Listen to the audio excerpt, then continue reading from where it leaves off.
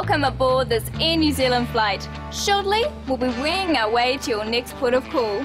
But before we kick off, I'd like to give you a quick safety team talk. Even if you fly with us often, please keep your eyes on the briefing. To warm up, make sure all your baggage is stored away in the overhead compartments. Or tucked under the seat in front of you. Whether you're on the front row or the back, all passengers must keep an eye on the lighted signs and follow the cruise instructions. With the seatbelt sign switched on, nip back to the seat and fasten your seatbelt. Not so tight that you'll lose feeling in your legs, but enough to make sure it's snug across your hips. We recommend you keep your seatbelt fastened throughout the flight, but if you need to get up to stretch your hammies, undo the seatbelt by lifting the flap. Excuse me.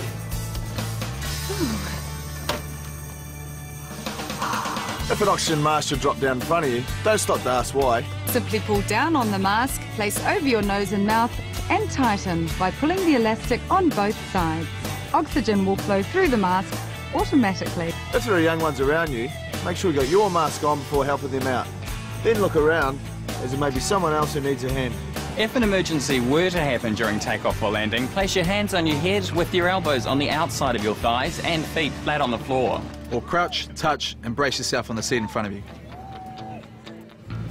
And down here is the perfect place to find your life jacket. Life jackets are really easy to use.